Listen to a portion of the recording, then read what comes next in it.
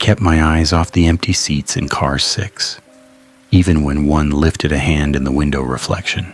Missing this overnight run would have tripped the last point on my HR probation, which meant my badge auto-locked at 6:00 a.m., which meant the lease office kept my deposit and my stuff went to the curb. The reflection stayed bright for a second, brighter than the dark glass should allow, and a row of seats behind me showed movement that the car itself did not. Empty seats aren't empty on the Ghost Express. Anyone who has worked a night shift alone knows the bargain. Act normal, keep moving, get to morning. My job title sounded safe on paper, conductor on a maintenance deadhead, but the route was the same passenger line, just stripped down to bare service. No fares, no stops for riders, no public schedule. The company called it an equipment reposition. The older conductors called it the ghost run and laughed like that made it less real. A binder waited on my desk in the crew room when I clocked in at 2:17 a.m. Wednesday, the cardboard cover bowed from humidity and a coffee ring baked into the corner. One tab was missing, torn clean off, and a strip of masking tape on the spine still held a faded stamp. Rev 14C, initials in blue ink that ran where someone had wiped a thumb. My hands always do this thing from my old job at a print shop, tapping the page edge twice to square it, like paper can be persuaded to behave. The first sheet inside had been laminated and cracked at the corners, and the crack ran right through the line that mattered. It read, in block letters that looked like they came from a label maker, "Do not look at the empty seats after door lock." The word after door lock had a smear where toner gave up. The rest of the page had other lines, but my eyes stuck on that one because it matched the reflection I was pretending I never saw. The second line sat under it, still clear. If cabin lights flicker twice, keep your gaze below the seat backs until the flicker ends. I swallowed and told myself I was tired and broke. The kind of tired that makes a reflection feel personal. A pop-up on the dispatch tablet flashed when I signed in, the sort of corporate alert that usually means a password reset. The message header showed a queue name in tiny font, overnight ops, and a revision tag in the corner that didn't match the binder, patch 3. The text was short enough to be a threat. Do not verify head count when the counter reads 0. Proceed to the next control point. My thumb hovered over acknowledge because that button always has a timestamp attached, and a timestamp makes things real. My little lie, the one I keep pretending doesn't count, sat in the back of my head. Last week, I'd entered a door lock time from memory because the system lagged and I wanted to get home. I never told anyone the lag might have been something else, because I needed the attendance bonus to clear my car repair quote. 12 hours more, and the mechanic would release my keys. 12 hours less, and I'd be back on the bus. Back to late marks. Back to probation. The cab door shut behind the engineer with a soft latch sound that I always check twice, a habit from riding freight years ago.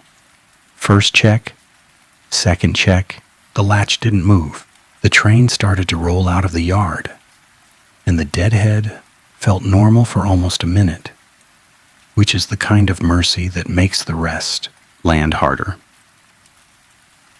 Door lock happened at 2:26 a.m., a system chime in my console, and a green light that always makes me think of hospital monitors. The reflection in the window on my left brightened again, not from outside light, because the tunnel mouth ahead swallowed everything, and the seats behind me showed a clean line of shoulders with no faces.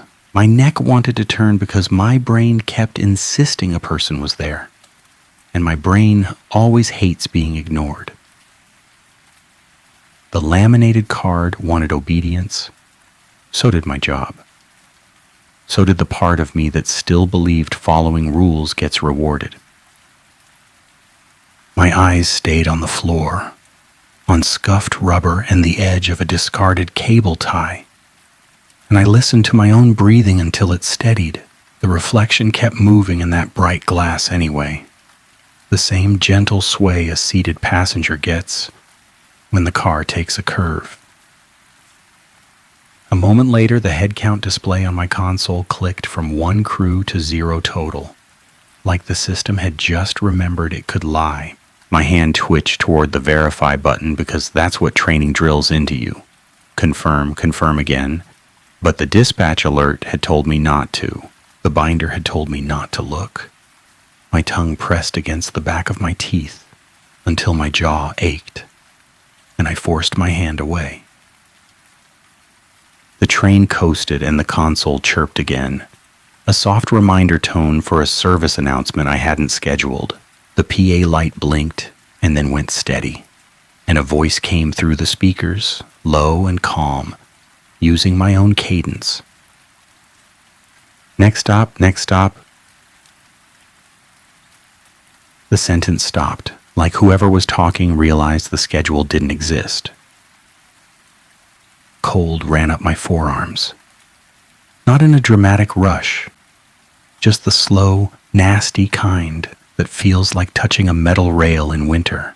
I leaned closer to the mic without thinking, then froze because my badge camera had a lens on it, tiny and always on, and my supervisor loved to pull random clips to prove a point. The PA clicked off on its own. The head count still read 0. That should have been comforting. It wasn't.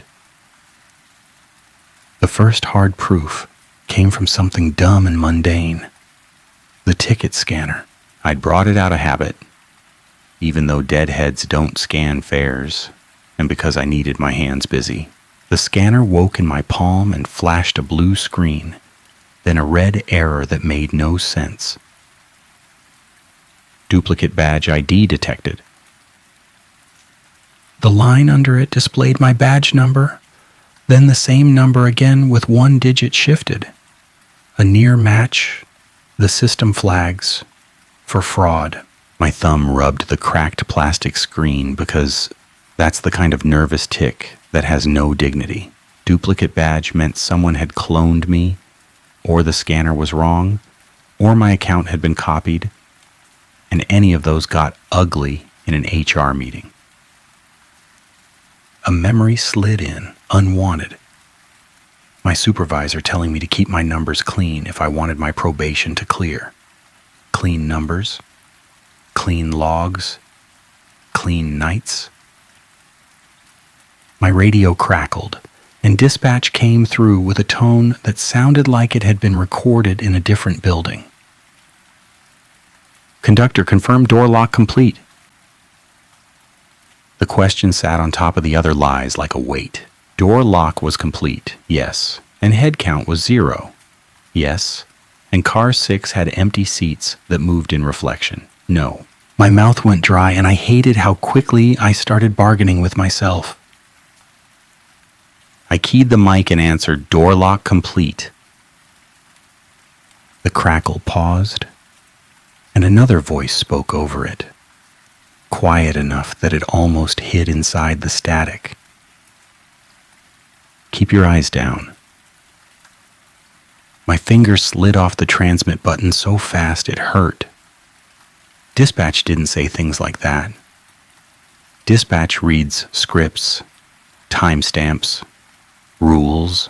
Dispatch doesn't whisper like someone standing behind a seat back. The next few minutes turned into a contest between my training and my body. Training said, stick to procedure.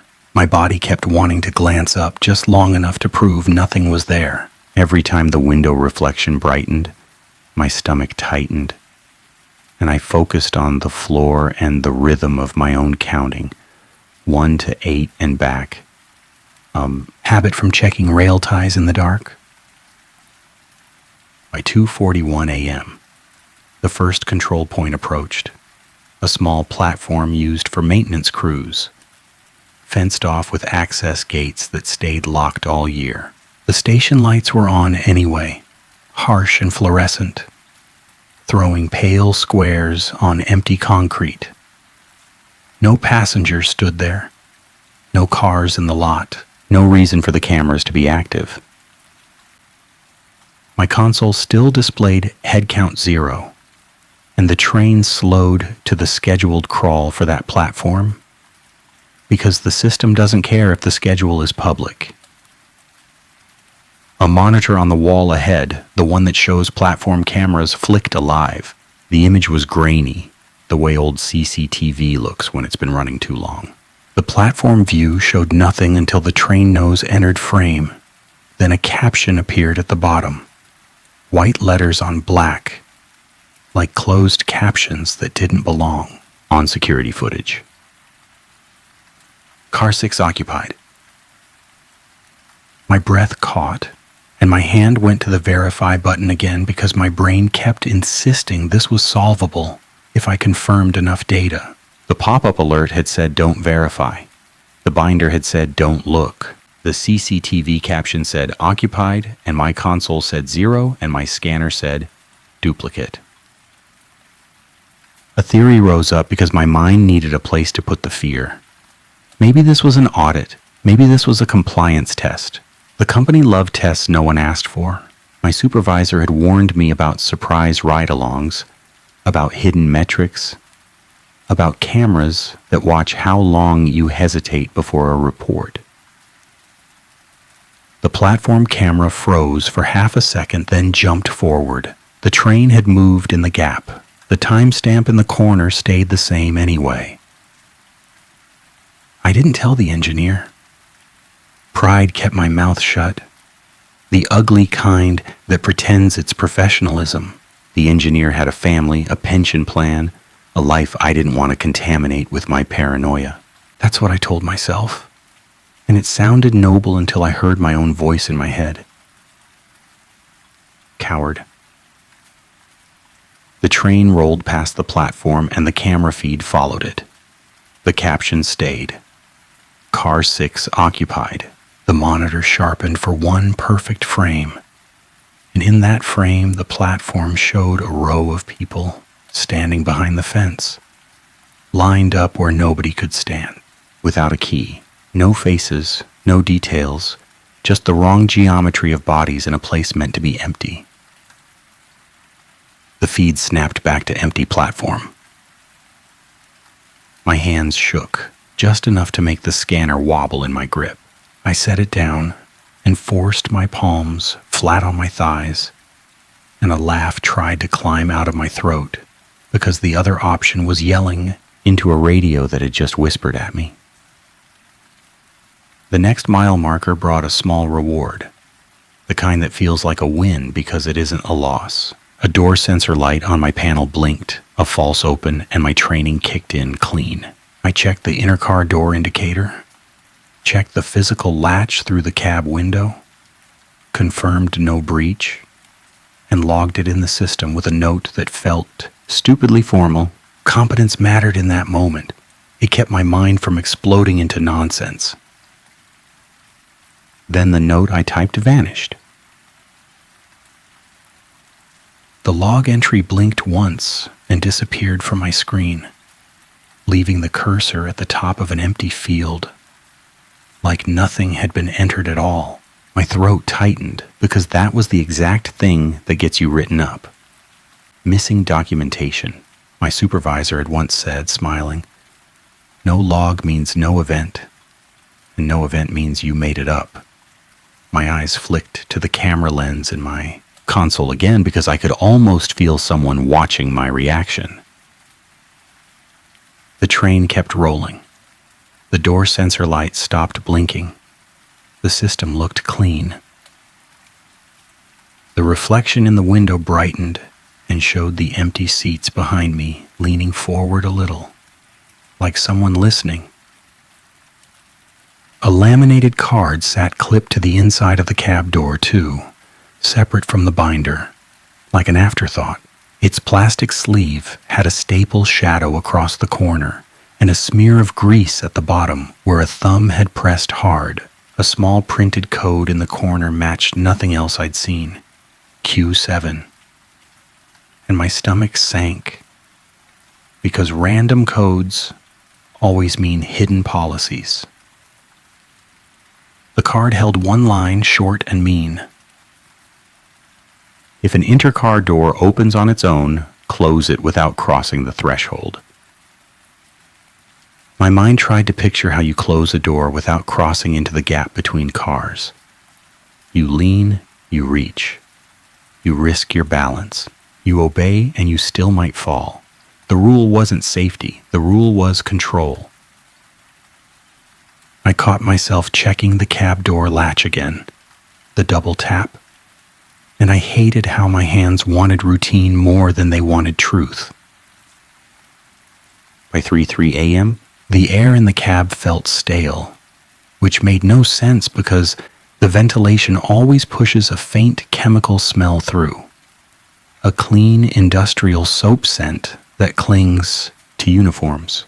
That smell vanished, and the silence that replaced the HVAC hum landed like a physical thing.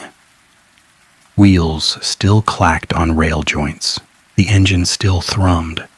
One layer of sound simply stopped, neat and deliberate.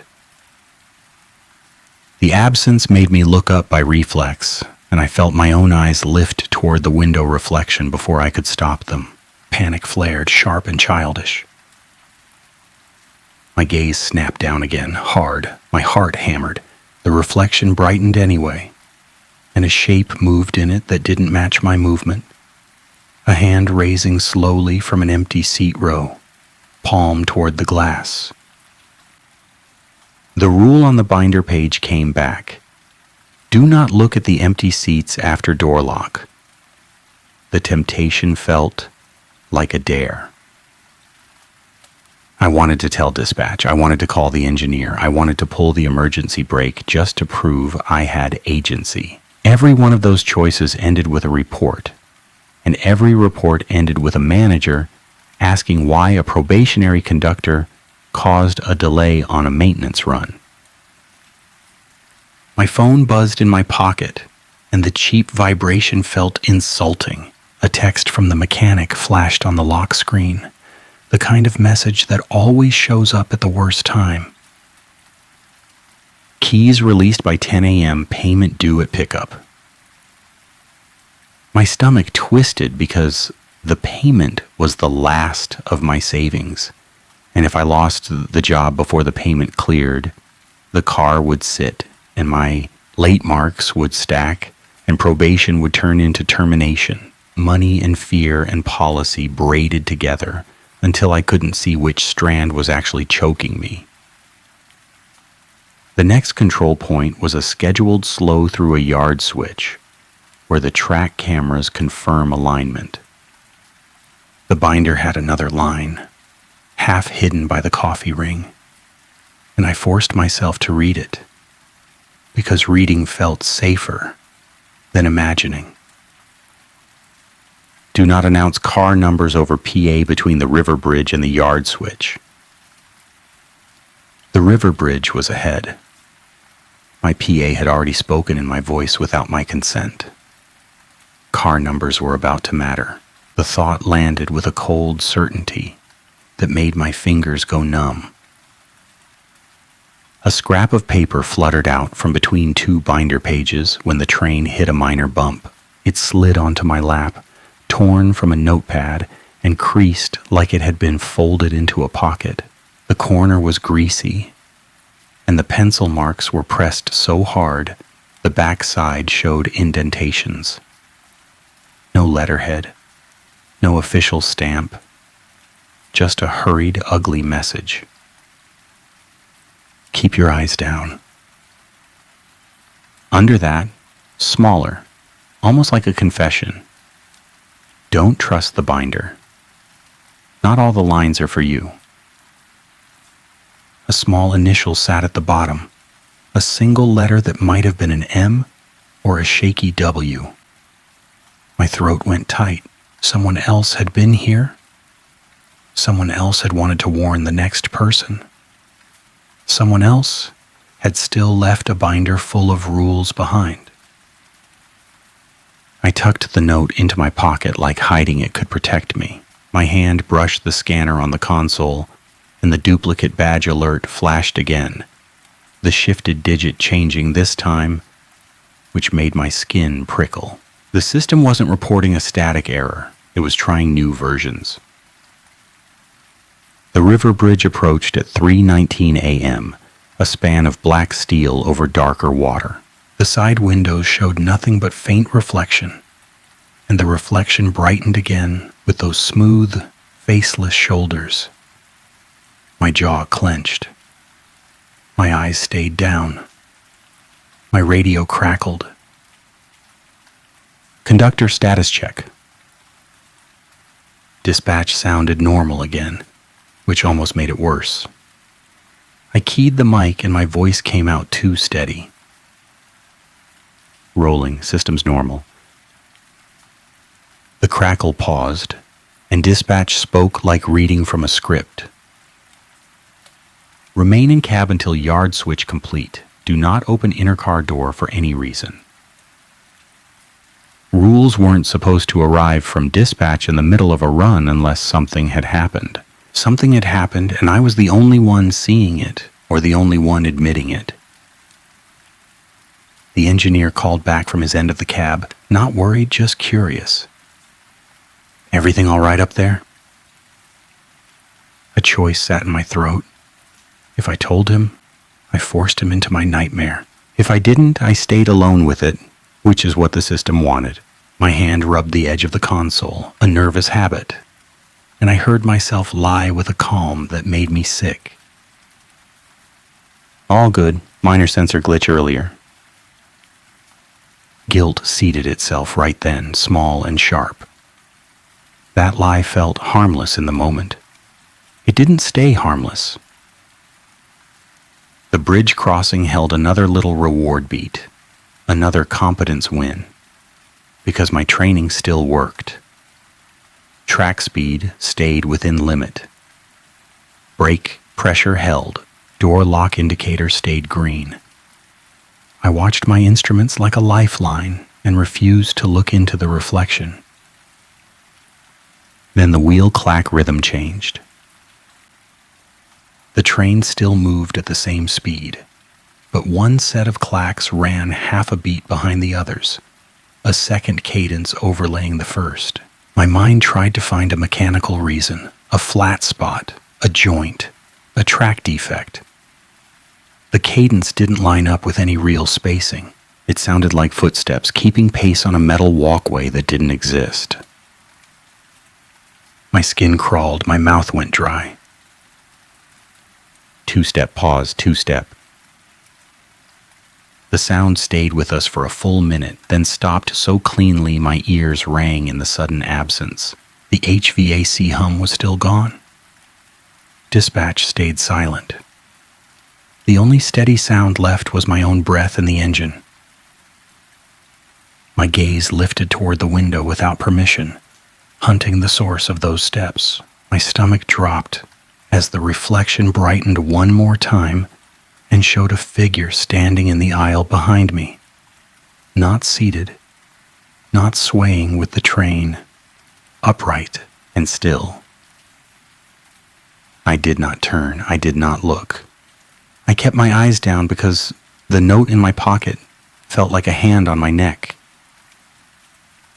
The yard switch lights came into view ahead, green then yellow, and the train slowed. The platform camera monitor blinked on again, and the caption at the bottom changed. Car 6 occupied. Car 5 occupied. Cab occupied. My hands shook hard enough to rattle my keys. I checked the cab latch again, double tap, then pressed my palm flat on the console to steady it. My mind darted to the emergency brake handle, to the radio, to the fact that nobody would believe me without proof. Proof kept disappearing. The platform camera froze for a half second again. In the frozen frame, the fence line held more bodies. This time they weren't behind the fence. They were inside it, lined up on the platform itself, facing the train, all wearing blank badges that caught the fluorescent light. The feed snapped back. Empty platform, clean night. My chest tightened. The engineer's voice came again, closer now. "Hey, you okay? You're white as a sheet." My lie had bought me time, but time just gave the wrongness room to grow. I forced my voice into something steady. "Stay where you are. Keep the cab door shut." The words landed with a weight I hadn't meant. Command voice. Authority voice. The voice that makes things happen. The inner car door indicator light blinked red. The door had opened. The laminated card on the cab door stared up at me with its single cruel sentence. "Close it without crossing the threshold. A rule made to hurt someone who follows it." A new alert flashed on the dispatch tablet, and my stomach clenched at the queue name in the corner. Overnight Ops again. Patch 3 again. This one carried a line that made my blood run cold. "Do not assist anyone who claims to be crew without system confirmation." The engineer was crew. The system had just told me the cab was occupied. The system had told me head count was 0. The system didn't want confirmation. The system wanted obedience. A moral dilemma landed on me like a physical shove. I could follow the rule and stay in my cab, and whatever had opened that door would have access to the engineer's end of the car. Or I could break the rule, cross the threshold, and close the inner car door the safe way, which meant stepping into the gap where the reflection brightened and the aisle figure stood. Either choice left evidence. Either choice would be documented somewhere, somehow. Either choice could cost a life. My hands moved before my mind finished arguing. I grabbed my flashlight, the heavy metal kind that doubles as a tool, and I unlocked the cab door. My heart hammered so hard it felt like it would bruise my ribs. The air beyond the door was colder. Not dramatic, just wrong in a practical way, like stepping into a refrigerated warehouse. The intercar door between cars hung open, swaying slightly. The vestibule lights were on, casting sharp shadows. The gap between cars waited, black and narrow. A small tag sticker sat on the door frame, a mundane inventory label, 6B/17.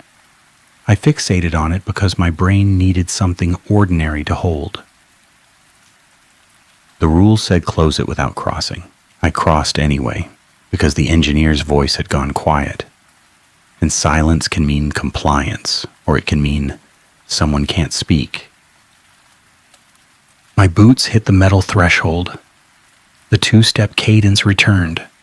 Soft now, not on a walkway, but right behind my shoulder. Close the door, close it now.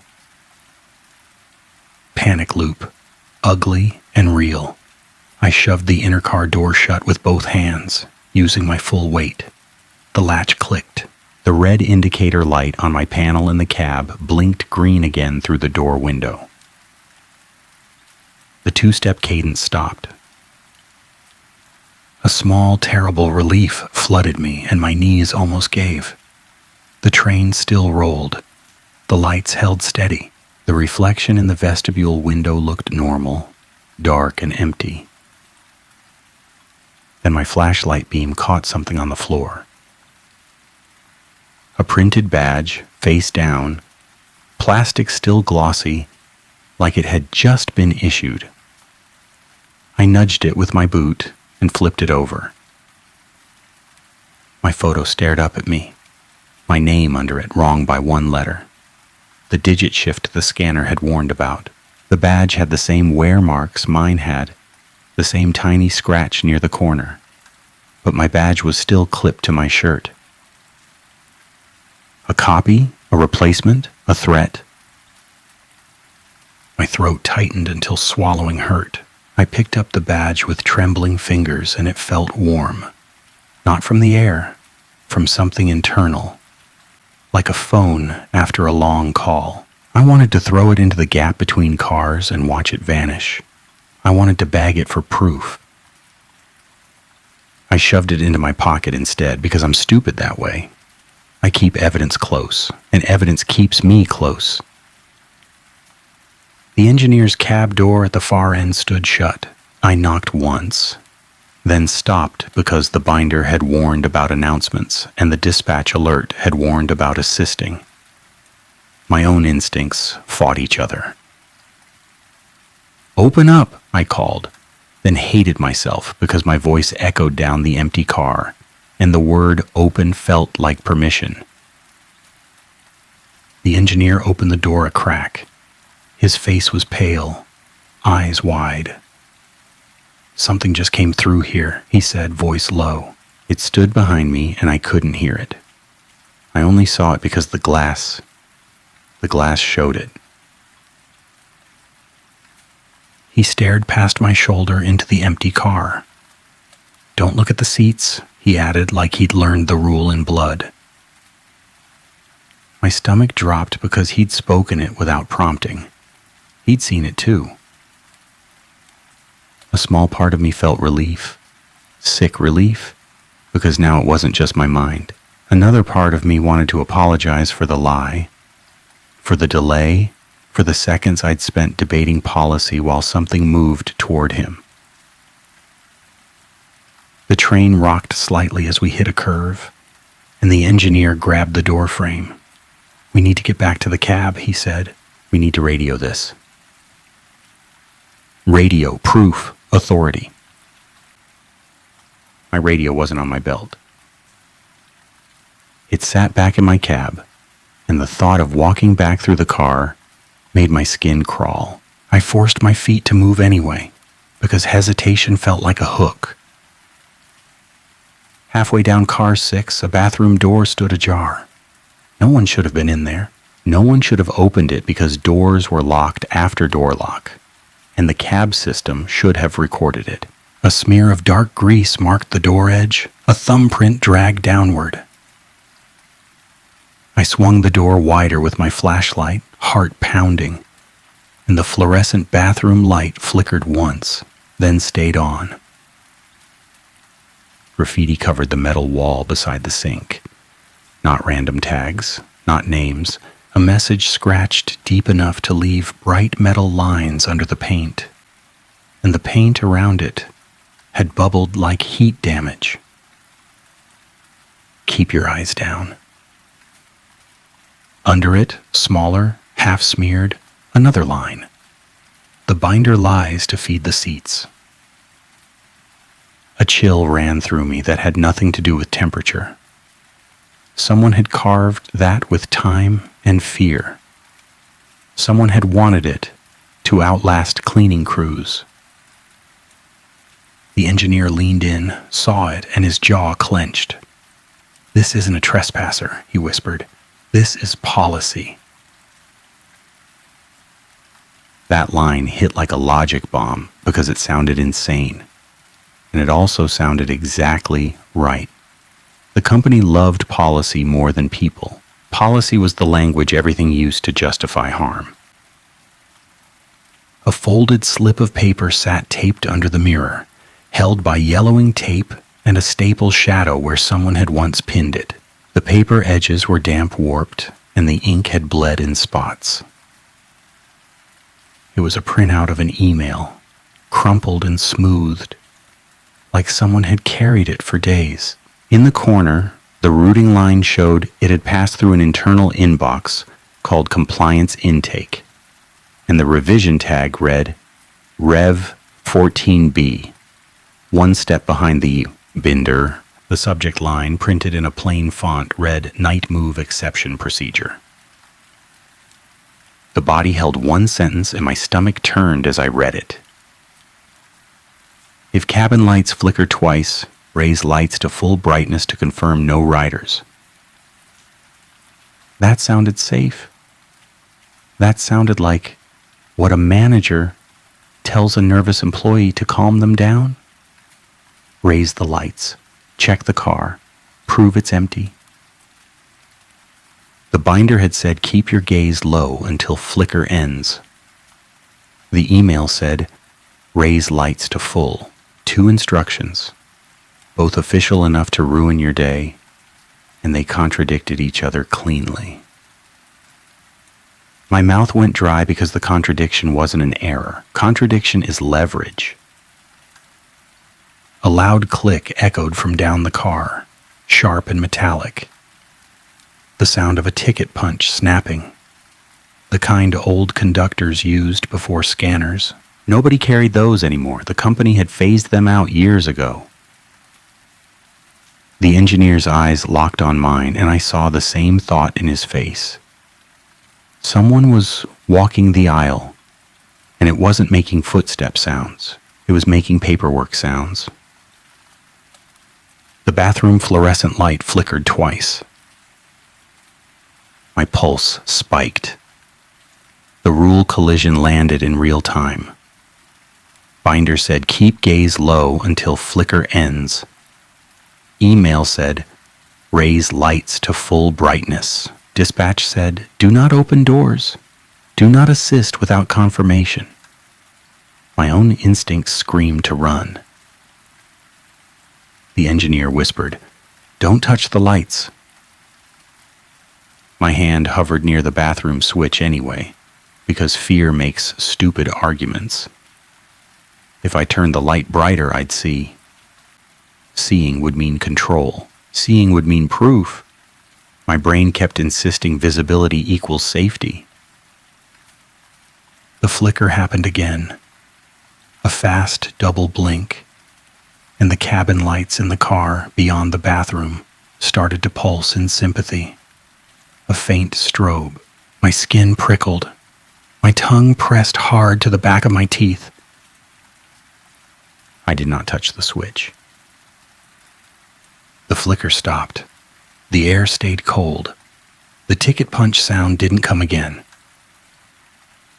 A reward beat arrived in the worst possible form. Evidence confirmation that the contradiction was intentional. The email printout had an attachment icon in the margin, a little paperclip symbol, and beneath it a line of text that should have been the attachment name. That line had been blacked out with marker, then the marker had been scraped off with something sharp, leaving the letters faintly visible anyway. Audit mode. My stomach sank. Audit meant surveillance. Audit meant metrics. Audit meant my supervisor smiling while the system decided. The engineer grabbed my sleeve, a firm grip that grounded me. Back to the cab, he said. No more checking, no more reading. The urge to argue rose, stupid and bright.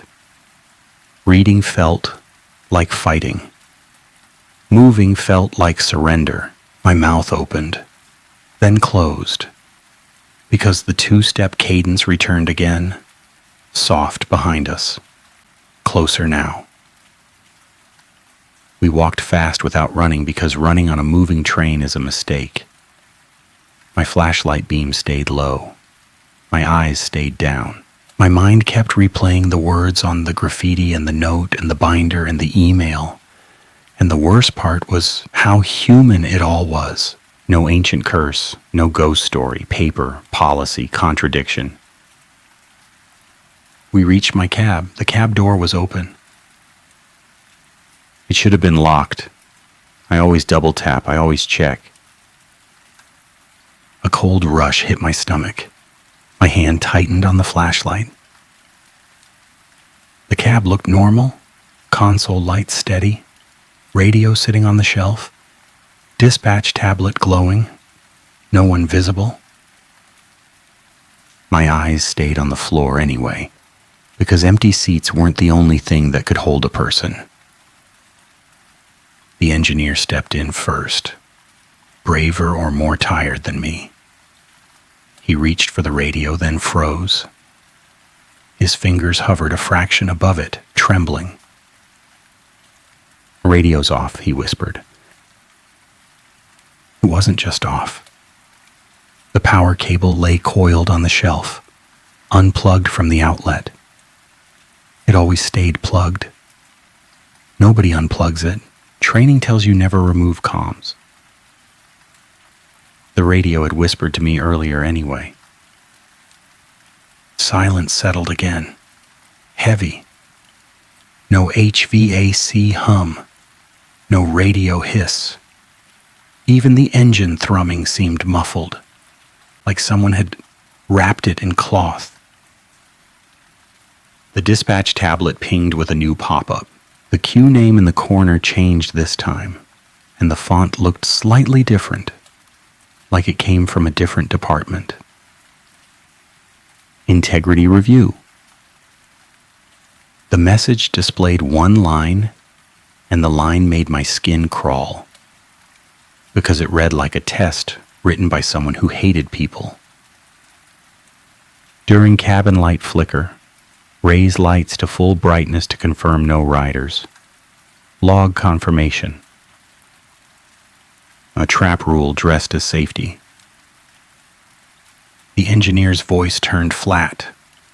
"If we do it, we prove something. If we don't, we fail." Fail meant discipline. Fail meant termination.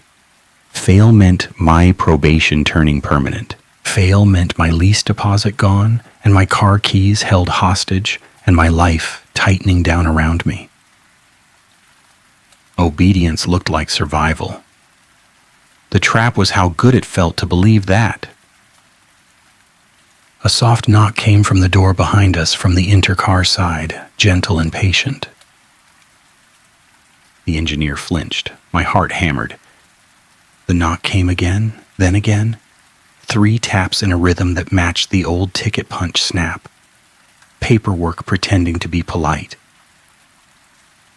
I grabbed the flashlight and stepped toward the door without thinking. The laminated card on the cab door stared at me. That single cruel instruction about thresholds. Another line from the binder floated up. The one I hadn't paid attention to before because it sounded obvious. Do not respond to knocks from inside the train. I hated that my brain tried to argue with the phrasing. Inside the train. Everything was inside the train. The rule didn't mean location, it meant category. If something knocked, it wasn't supposed to be answered. The knock came again, and then a voice spoke through the door, calm and familiar. "Conductor, it's me. Open up." My throat went dry because the voice used my name without saying it. The tone a perfect imitation of the engineer's voice from 10 minutes ago. The engineer stared at the door, face tightening, hands shaking. A choice tightened in my chest. If I opened it, I let something in. If I didn't, I left something out, and my brain kept insisting the something out might be a person. My mind kept reaching for the comfort of certainty and finding nothing but policy. The engineer took a step back, then another, and I realized he was positioning himself by the emergency brake panel, ready to pull it. That would stop the train. That would create a delay. That would trigger an incident report that my probation couldn't survive. My mouth opened to tell him not to, then closed because the knock became a soft scraping, slow nails on metal. A new email arrived on the dispatch tablet without a notification sound, just a quiet shift in the inbox count. The subject line was visible in the preview, and it made my blood run cold because it included my employee number. Final probation clearance, action required.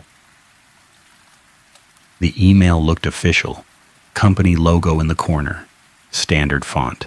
But the top line had a weird physical artifact, like a printed page scanned back in. A faint staple shadow across the header. Whoever sent it wanted it to feel tangible. The text inside was short. Complete audit mode. Raise cabin lights to full brightness during flicker. Confirm no riders. Failure to comply results in badge lock at 6:00 a.m. My chest tightened. That wasn't a warning. That was a hand on my throat. The engineer stared at the screen, then at me. His voice cracked, and that sound made everything real. "They're using your probation," he said. "They're forcing you." A theory bait wriggled in because my mind needed to cling to something rational. Maybe this was still an audit, just cruel. Maybe the company ran a test on vulnerable workers. Maybe someone in management got off on compliance. That theory kept me from screaming, at least for a moment. Then the cabin lights flickered twice again. The trap rule waited. My hand lifted toward the light control panel. My fingers hovered. I imagined the HR meeting, the supervisor's smile, the badge lock, the lease office, the mechanic holding my keys. I imagined the engineer pulling the emergency brake, and both of us fired. I imagined opening the door to the knock and letting something in that wore my voice like clothing. The flicker happened again, and the reflection in the window brightened enough that I could see the aisle behind us without turning, rows of empty seats, clean and still. One seat in the middle had its belt buckled. Nobody buckles belts on trains. My skin prickled. A single line from the binder surfaced, one I hadn't read because my eyes had skipped it in panic. "If you see a buckled belt in an empty row, do not unbuckle it."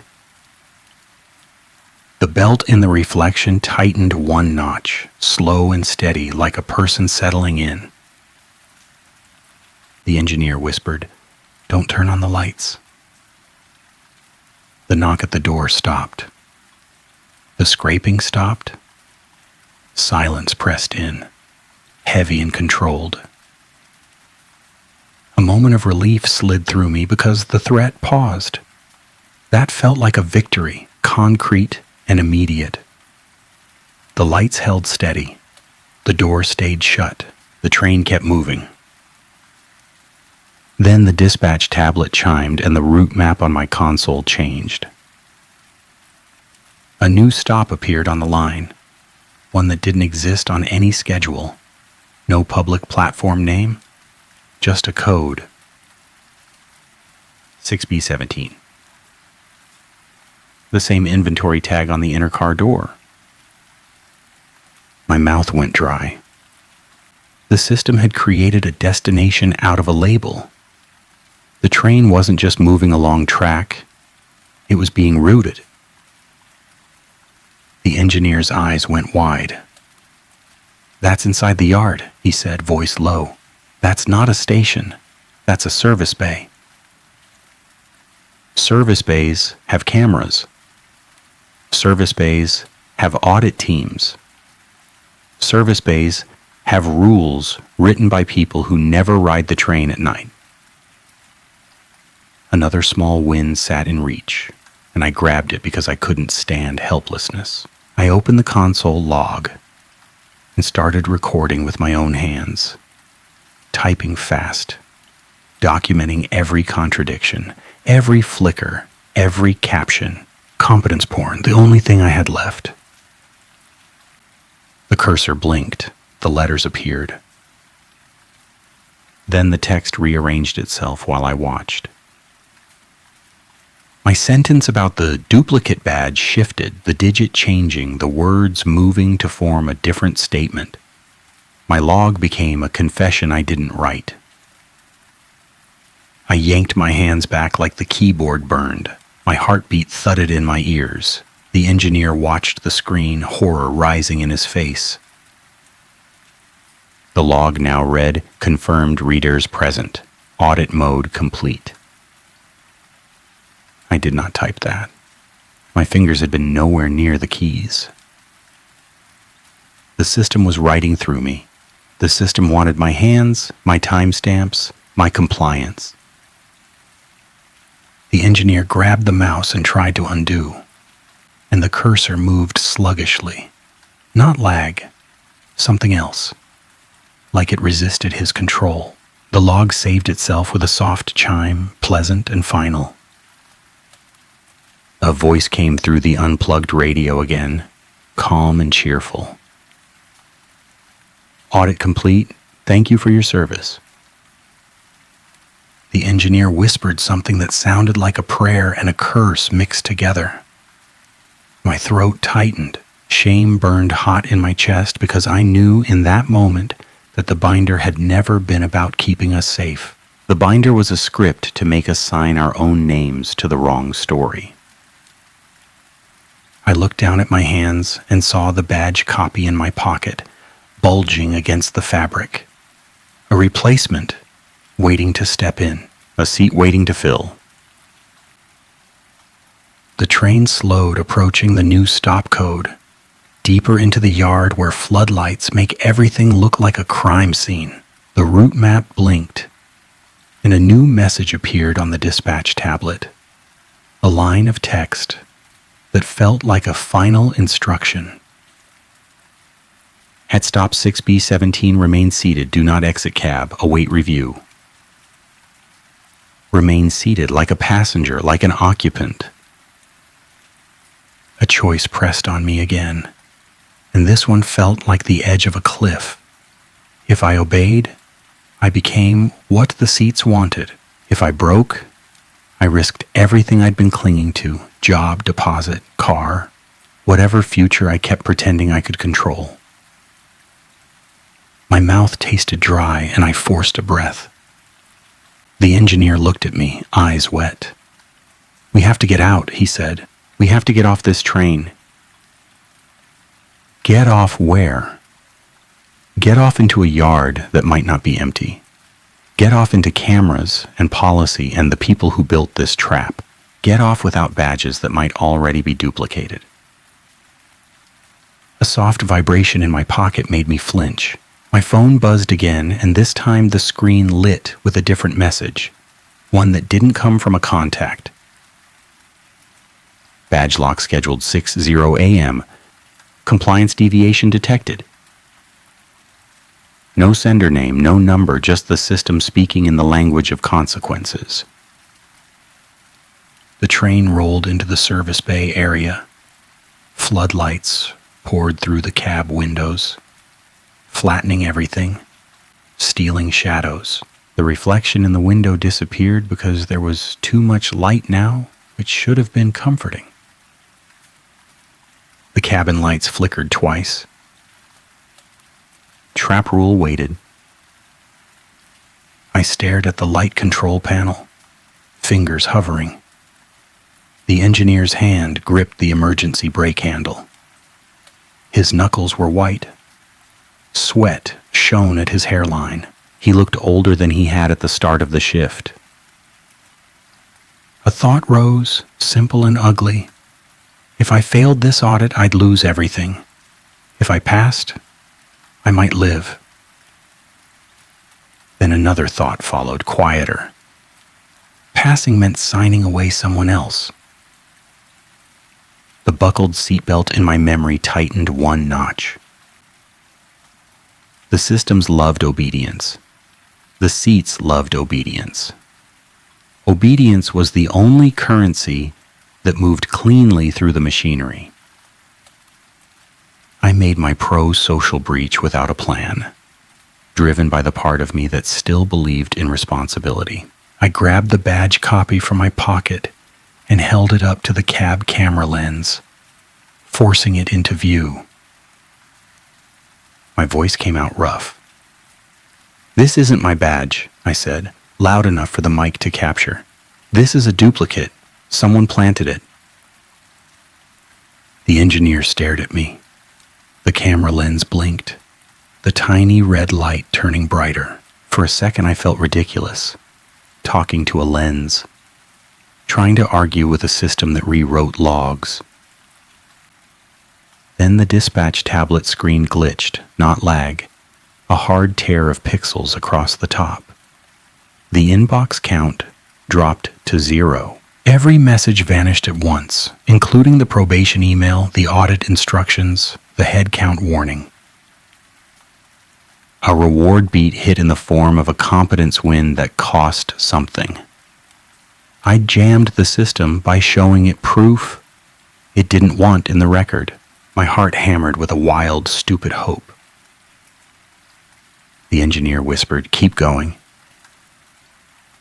I leaned into that hope like a lifeline. I opened the console settings, searched for export, and forced a manual upload of the log to an external drive port the company keeps disabled.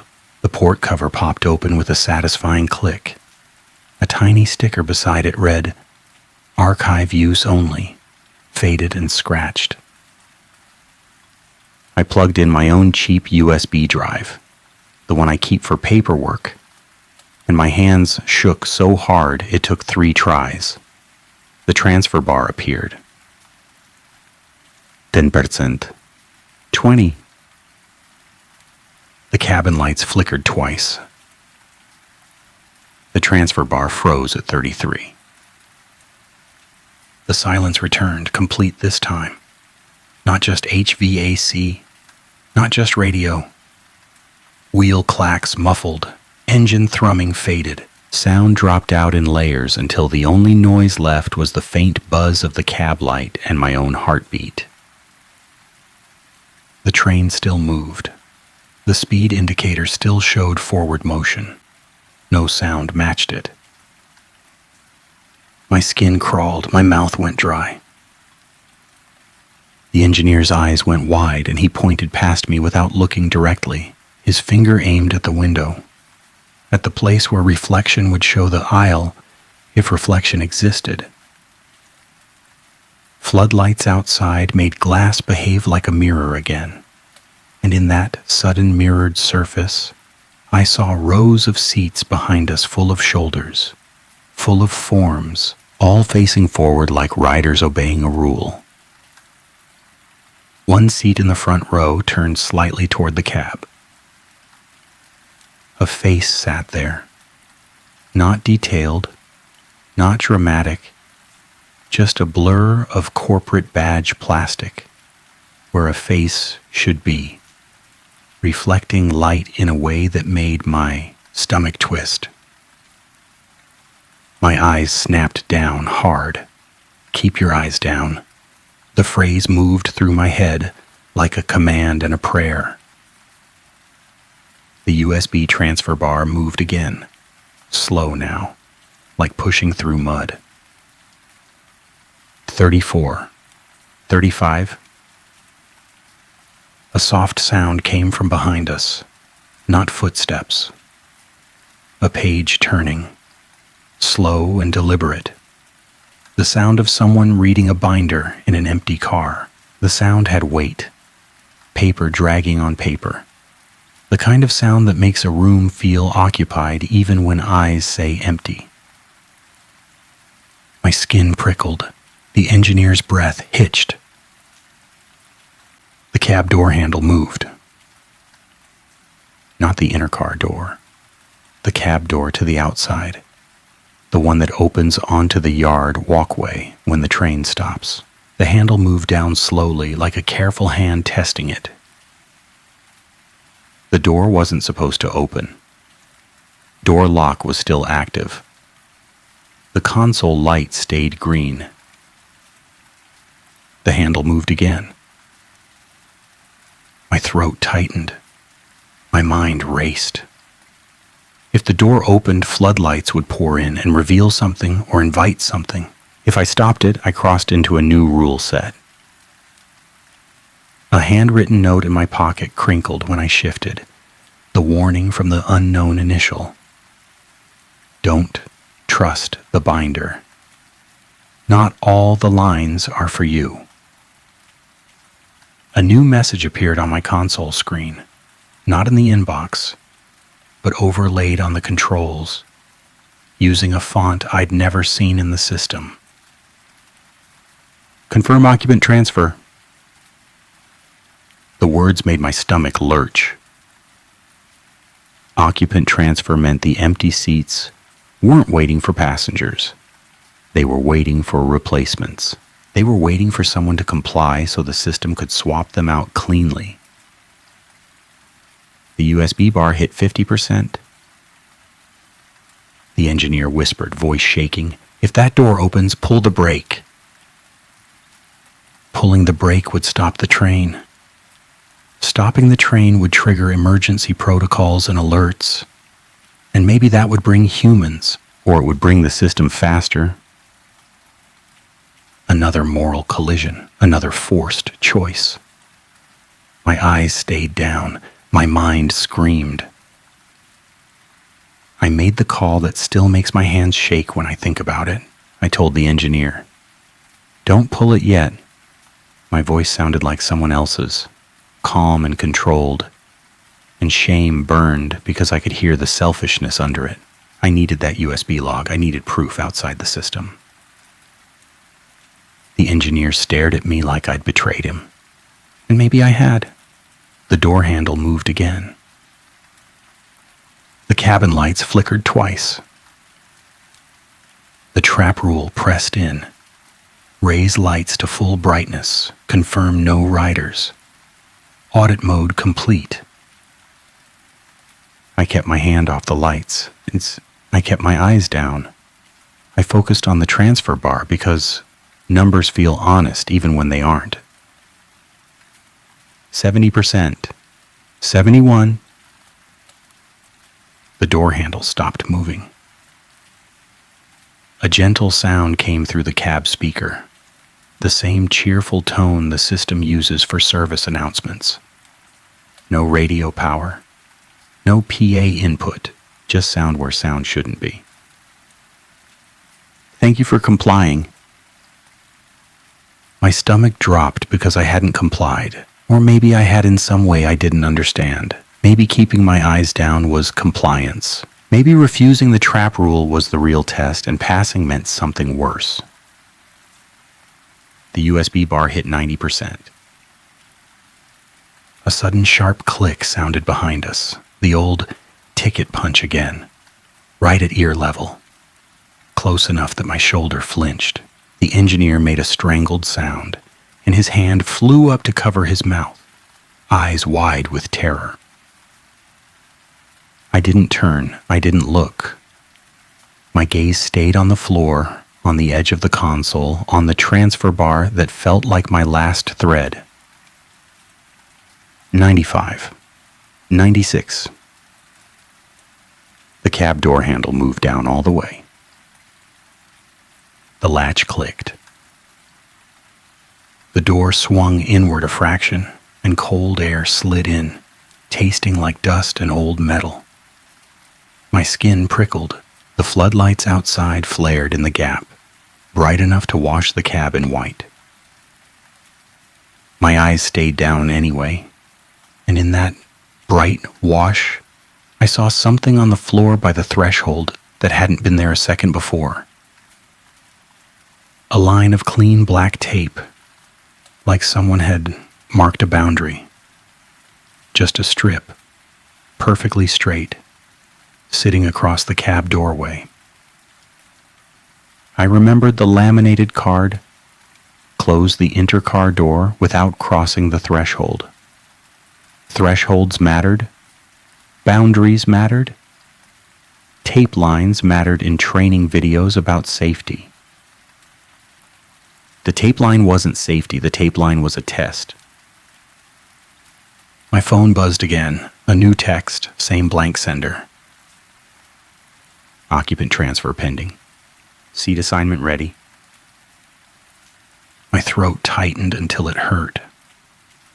My mind flashed to car 6, to those shoulders, to the buckled belt, to the badge face where a face should be. Seat assignment wasn't for riders. It was for employees.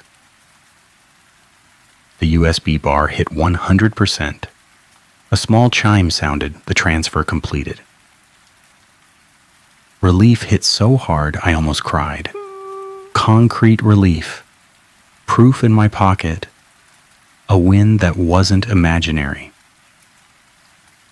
Then the USB drive ejected itself. Not in software, physically. The drive popped out of the port and skittered across the floor, landing right on the black tape line at the threshold, like someone had placed it there. The engineer whispered, "Don't step over that." A second voice whispered at the same time, closer, softer, using my own tone. "Pick it up." My mouth went dry. 2 instructions. One from a human, one from something that wanted obedience. The drive sat on the tape line, half in the cab, half out, an object straddling a boundary. If I picked it up, I had to cross. If I didn't, I lost the proof I'd risked everything for. A cheap thought rose, selfish and sharp. Without that drive, none of this mattered. Without proof, I'd be the probationary conductor babbling about reflections. Without proof, the engineer's career would be ruined if he talked. Then the better thought followed, quiet and steady. Proof didn't matter if we didn't live past sunrise. The engineer's hand tightened on the emergency brake. Tears shone in his eyes. He whispered, "Please." I wanted to say I was sorry. I wanted to say I'd been wrong. My throat closed. I made the choice that saved an adult and cost me the last thing I'd been clinging to. I said, "Pull it." The engineer yanked the emergency brake handle down. The train screamed, not in a horror way, in a mechanical way, metal protesting metal. Sound slammed back into the world all at once. Wheel squeal, engine roar, alarm beep. The sudden return of noise made my ears ring. The cab lurched as the brakes bit. Floodlights outside streaked past the open door gap, then slowed. The black tape line fluttered in the draft, and the USB drive slid off it into the yard, vanishing into the bright white wash outside. My heart broke in a clean, stupid way. The train stopped hard in the service bay approach. Not quite at the coded stop, just short enough to be wrong. Alarms blared. A red light flashed on my panel. The console demanded a reset. The system began to log, whether it wanted to or not. The cab door swung wider, pulled by its own momentum, and the cold air poured in. My eyes stayed down. The floor held 2 sets of footprints in dust now, mine and the engineer's, and a third set that started at the threshold and ended nowhere. Toe marks, pressed into grime like someone had stood just long enough to leave proof. The engineer grabbed my arm, voice shaking. "Out," he said. "Now!" Going out meant crossing the tape line. Going out meant stepping into a yard that might not be empty. Going out meant cameras and policy and consequences. Staying meant occupant transfer. My body moved. I didn't think. I stepped over the tape line and the cold hit me like a slap, so sharp it stole my breath. Floodlights blinded my vision. My eyes stayed down anyway, focused on the gravel, on the concrete edge, on anything that wasn't a seat or a reflection. The engineer stumbled out behind me, and his hand squeezed my arm hard enough to bruise. We moved away from the open cab door, away from the tape line, away from the train that had been riding through my hands. A security camera mounted on a pole above the service bay pivoted with a soft motor whine, tracking us. Its little red light blinked twice, the same double flicker as the cabin lights. I felt my stomach drop. A door in the service building ahead stood open, and inside it a bank of monitors glowed, showing camera feeds. No humans, no guards, no night supervisor. One monitor displayed the platform caption style again, white letters on black, and the caption made my knees go weak. Conductor seat assigned. Another monitor displayed a roster list, not names, just employee numbers. 2 numbers flashed in red. One was the engineer's. One was mine. A new line appeared beneath mine. Just one word. Vacant. A logic bomb hit, clean and final. The system had already written my absence. It had already filled my seat somewhere else. My probation, my lease deposit, my car keys, none of it mattered inside a machine that could decide I was vacant. The engineer whispered, "They're replacing us." My mouth opened and a sound came out that wasn't a laugh and wasn't a sob. Shame burned because part of me had still believed following policy would protect me. Policy had been the weapon. A printer on a desk inside the service building whirred to life, spitting out paper with no one touching it. The paper slid into the output tray. A fresh sheet, clean, official, a new rule being born. I didn't pick it up. I didn't need to read it to know what it would say. My phone buzzed again. A final message, blank sender, plain text. Badge lock now. My chest tightened. I reached to my belt instinctively for my badge, then froze because my badge felt heavier, warmer, alive. The badge copy in my pocket pressed against my thigh, and the heat from it made my skin crawl. The engineer grabbed my shoulder. "We run," he said. We ran anyway, boots crunching gravel, floodlights burning our eyes, alarms still blaring behind us. Running felt stupid, but it also felt human, and I needed something human. A chain-link gate blocked the yard exit, padlocked, with a key card reader mounted on the post. The reader glowed green, waiting. My badge should have opened it. My badge was locked. The engineer's badge was locked. The system had already decided. I lifted my badge to the reader anyway because denial is a reflex. The reader beeped once, a friendly sound, and the gate clicked open.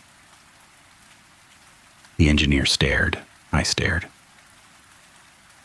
My badge lock message had been a lie, or a test, or something worse. The system still wanted me moving through its boundaries. It still wanted me to follow a path. Beyond the gate, a dark service road led away from the yard, lined with empty buildings and more cameras. A symbol was spray painted on the wall beside the gate. A simple mark that looked like a circle, cut by a single vertical line. Rough and quick. I'd never noticed it before on any run. Now it jumped out at me like a signature. The engineer whispered, "That's in the bathroom too." And my stomach dropped because he was right. The graffiti had the same mark beside the carved words. Scratched shallow, overlooked until now. Shared universe, same hand, same system, same trap. We moved down the service road fast, not looking back, not stopping. The alarms behind us faded, then stopped abruptly. Too abrupt. Like someone hit mute. Sound fell away again in layers. HVAC. Hum didn't exist out here. But the distant yard noise vanished. The buzz of floodlights dimmed. Even the crunch of our boots sounded muted, like walking on carpet. Silence tried to wrap around us. The engineer grabbed my arm and pulled me close, voice shaking. "Don't stop," he said. "Don't listen." A thought flashed, cold and clear.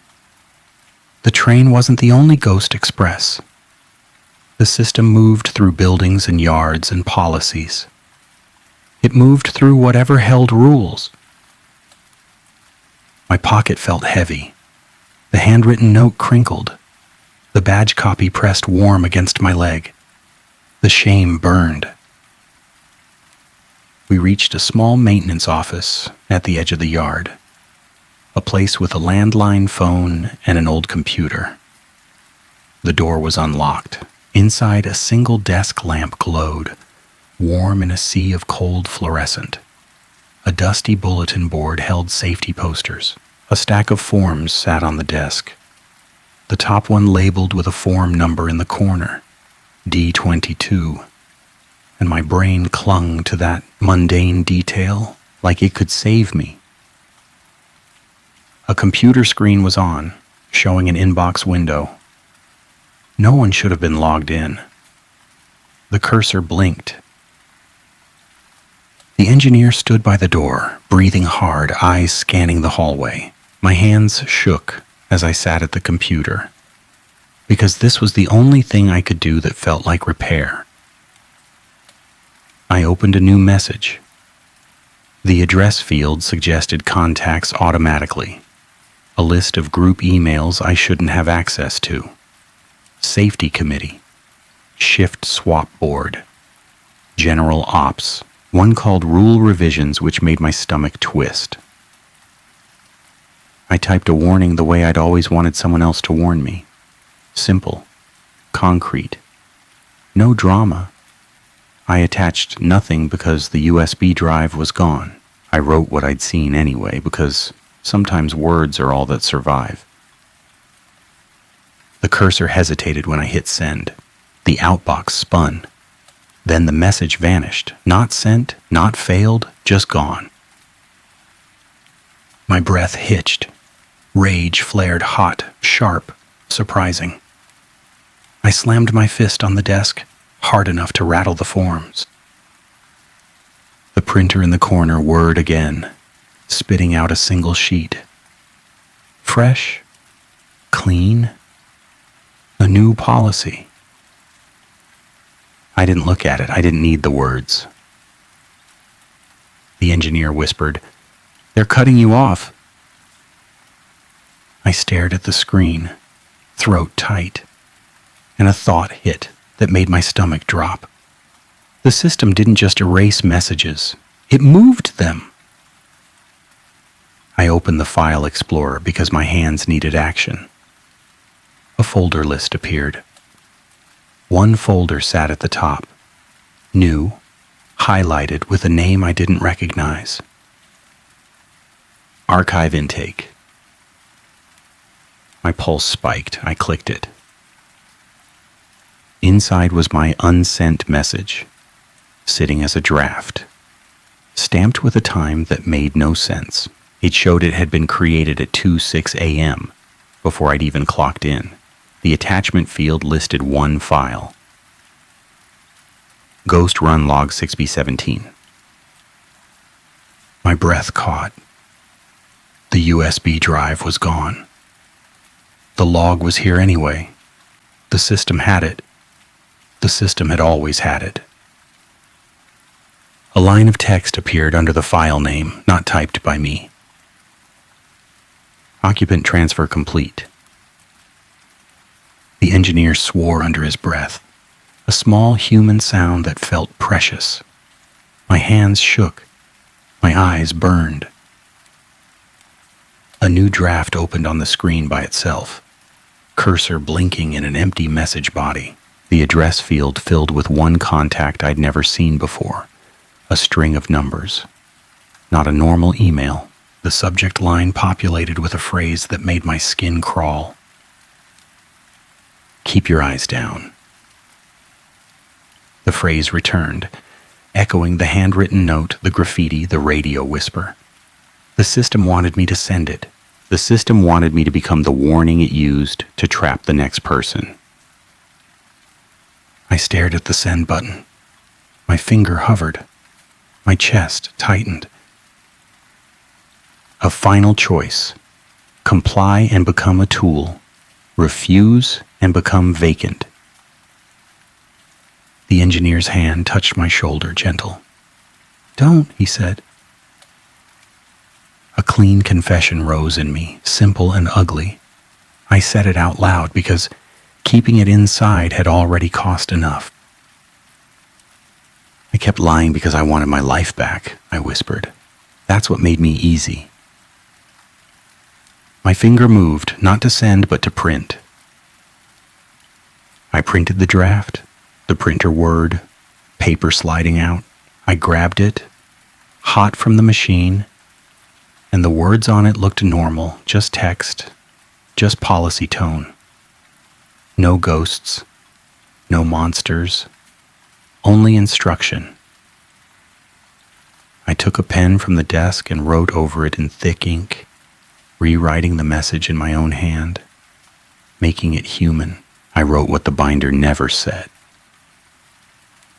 Do not trust contradictory rules that arrive during a flicker. Do not verify head count when told not to. Do not raise lights to full brightness to calm fear. If your log changes on its own, get out. If you find a badge copy, someone has already marked a seat. I didn't put a name on it. I didn't put a date. Names get harvested, dates become schedules. The engineer watched me, eyes wet. "What now?" he whispered. Now meant consequences. Now meant my badge lock, my probation, my lease deposit, all of it. Now meant the system would keep hunting for a clean transfer. A soft sound came from the hallway, two-step, pause, two-step. Closer now, like the old walkway rhythm had followed us off the train and into the office. My skin prickled, my eyes stayed down. The engineer grabbed the printed sheet from my hand and folded it fast. "We get this to someone," he said. "A real person." We moved out of the office, keeping low, staying near walls, avoiding cameras where we could. The service road seemed longer than it had on the way in. Floodlights flickered twice in the distance, then steadied. At the gate, the spray-painted symbol stared at us. Circle with a line. Simple. Repeatable. A mark that could appear anywhere. The gate reader glowed green again, welcoming. My badge clicked it open like nothing was wrong. The yard behind us stayed bright and silent. On the far wall beyond the tracks, a row of train cars sat parked. Dark windows lined up like eyes. In one window, a reflection brightened, and a line of shoulders appeared, seated and still. No faces, no movement, waiting. The engineer squeezed my arm hard, dragging me forward. My lungs burned. My mouth stayed dry. My eyes stayed down because the phrase in my head felt like the only shield left. Keep your eyes down. A thought hit at the edge of dawn, sharp enough to cut through fear, and it reframed everything in one clean slice. The head count never truly read 0. It had been showing my employee number the whole time, and I just didn't recognize it until the system called my seat vacant. If that circle and line symbol shows up on a rule card, do not ignore it. Because when the system calls a seat vacant, who do you think it's making room for?